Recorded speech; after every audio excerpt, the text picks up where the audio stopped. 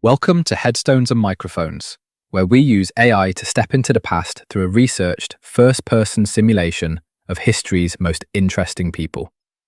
I am your host, Calvin. While we've added some creative storytelling, our goal is to inspire your own study of these fascinating lives. Now, let's meet our guest. I am absolutely thrilled today. We are sitting down with a true titan of American art. For those who may somehow not know who you are you? Well, hello, Calvin. I am Georgia O'Keeffe. Most people know me for my paintings of large flowers, New York skyscrapers, and the beautiful sun-bleached bones of the New Mexico desert. I just like to paint what I saw, but in a way that made others really stop and look at it. You definitely made us look. Let's go back to the very beginning. When and where were you born? I was born on November 15th, 1887. It was a crisp day on a dairy farm in Sun Prairie, Wisconsin. And what was your given name at birth? My parents named me Georgia Totto O'Keeffe. Is there a story behind your birth name? Yes, indeed. I was named after my maternal grandfather, George Victor Totto. He was a Hungarian count who came to America, so I carried a bit of that noble, old-world history with me right from the start. A Hungarian count? That's a legacy. What was your hometown like growing up? Sun Prairie was exactly what it sounds like. Wide open spaces and lots of sky. Living on a farm, you become very attuned to the land. I remember the wild roses and the way the wind moved through the grass. It was a quiet place, but for a child who liked to observe, it was full of life. What was your family life like? It was busy. I was the second of 7 children. My mother, Ida, was a very strong-willed woman who made sure we were all educated. She used to read to us every night. My father, Francis, ran the farm. It was a household where you were expected to be independent and helpful. With 7 kids, I bet. What kind of kid were you? I was a bit of a loner, honestly. I didn't mind being by myself. In fact, I preferred it. I was very independent and quite sure of what I wanted. I remember deciding at the age of 10 that I was going to be an artist. I didn't even really know what that meant yet, but I knew I wanted to create. That's amazing focus for a 10-year-old. What were your biggest fears growing up? My biggest fear was probably being ordinary or being smothered by the expectations of what a girl should be in the late 1800s. I was terrified of a life where I couldn't see the horizon or express what was in my head. So, was being an artist always the dream? Always. I never really had a plan B. Even when I didn't know how I'd make a living, I knew I had to paint. What were some of your favorite activities in school? Art class, naturally. I had a teacher named Sarah Mann who really encouraged me. But I also loved anything that allowed me to explore the outdoors. I wasn't much for the social games. I'd rather be looking at a leaf or a stone. What was your first job? My first real professional work was as a commercial illustrator in Chicago. I drew lace and embroidery for advertisements. It was very tedious, but it paid the bills for a short while before I realized I needed to get back to my own vision. Was there a moment where you realized you were different from everyone else? It happened when I stopped trying to paint like my teachers. I realized that everyone else was trying to copy the old masters or the Europeans. I decided I had things in my head that didn't look like anyone else's work. I put away everything I had been taught and started over with charcoal drawings that were purely me. That sounds like a bold move. What's a decision that changed everything for you but felt small at the time? Sending those charcoal drawings to a friend in New York. I told her not to show them to anyone, but she took them to Alfred Stieglitz at his Gallery 291.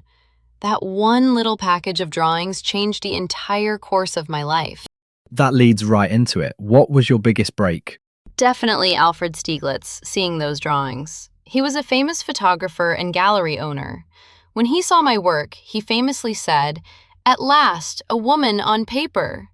He gave me my first show without even asking me. What were your biggest struggles before success? Finding my own voice while being a woman in a male-dominated art world. I also worked as a teacher in Texas and South Carolina to support myself. It was hard to find the energy to paint for myself after teaching all day, but those landscapes, especially the Texas plains, actually fed my soul. Did you ever consider quitting? Never. I might have been frustrated or exhausted, but quitting art would have been like quitting breathing. Were there any specific daily habits or routines that you feel are essential to your success? I was a very early riser. I loved to be up with the sun. I'd have a simple breakfast, maybe some tea, and then I would go for a long walk. I needed that time with nature to fill my eyes before I sat at the easel. I also kept a very tidy studio. I couldn't think if there was clutter. What job would you have had if fame never happened? I probably would have stayed a teacher. I enjoyed helping students see the world differently, even if I preferred my own company most of the time. What was your life like before fame? It was simple and somewhat nomadic, moving between Wisconsin, Virginia, Texas, and New York. I lived out of trunks and focused entirely on the work. It was a time of discovery. How did relationships change after success? They became more complicated. When you become Georgia O'Keeffe, the icon, people start treating you like an object rather than a person. Alfred and I had a very intense, complicated relationship. He was my mentor, my husband, and my biggest promoter, but he also tried to define me in ways that I had to fight against. Did fame bring happiness? It brought freedom, which is what I truly valued. It allowed me to eventually move to New Mexico and live exactly how I wanted. But happiness? I think I found more happiness in a sunrise than in a newspaper headline. What was the downside of becoming famous? The loss of privacy. People would show up at my house in New Mexico just to stare at me. I once put up a sign that said, "I am not here," just so I could have some peace. What misconceptions did people have about you? Oh, the flowers! Everyone thought my paintings of flowers were about, well, very specific feminine things. People were looking for hidden meanings that weren't there. I just wanted them to look at a flower and see the scale and beauty of it the way I did. They made it much more complicated than it was. What was your darkest moment? I had a breakdown in the early 1930s. I was overwhelmed by my life in New York and my relationship with Alfred.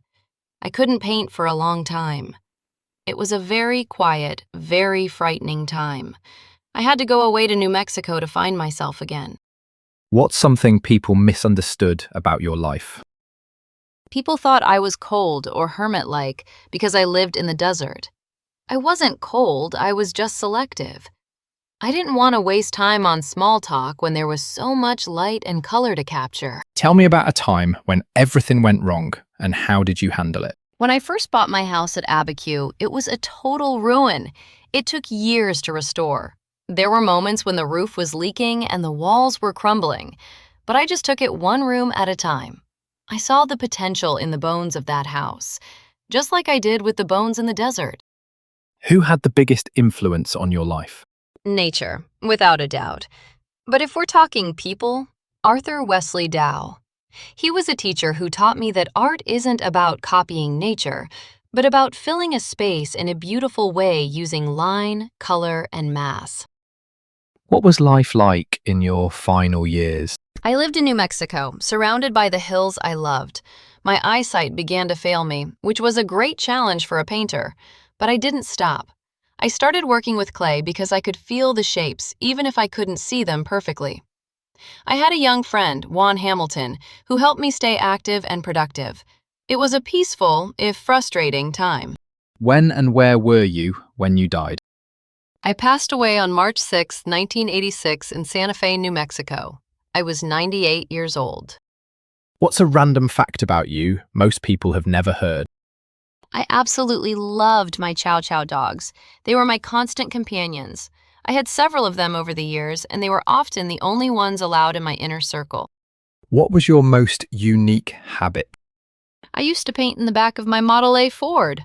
I took the back seat out and turned it into a mobile studio so I could paint the desert landscape while staying out of the blistering sun and away from the bees.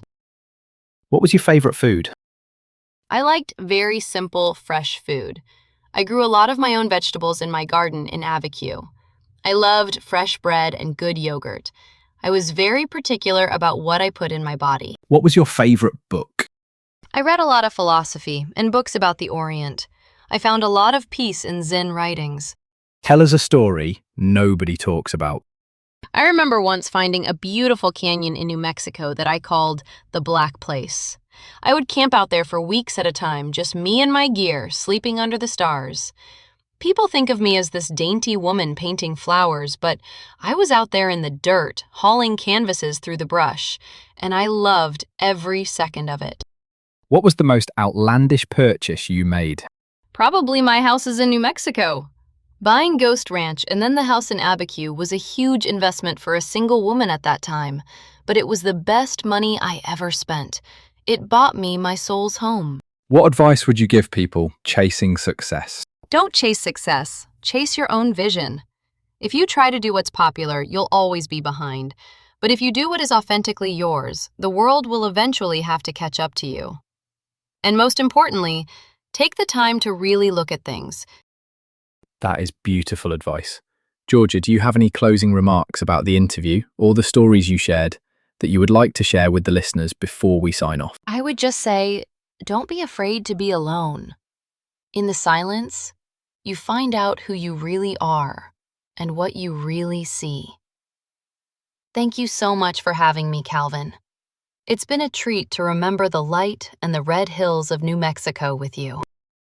Thank you, Georgia. It has been an absolute honour. We've just spent some time with the legendary Georgia O'Keeffe, learning about the woman behind those iconic canvases, from the Wisconsin farm to the New Mexico desert. And that wraps up another conversation from Beyond the Grave. Thanks for joining us on the Headstones and Microphones podcast. Remember, legends may die, but their stories never do. Please help spread the word by sharing and following the pod.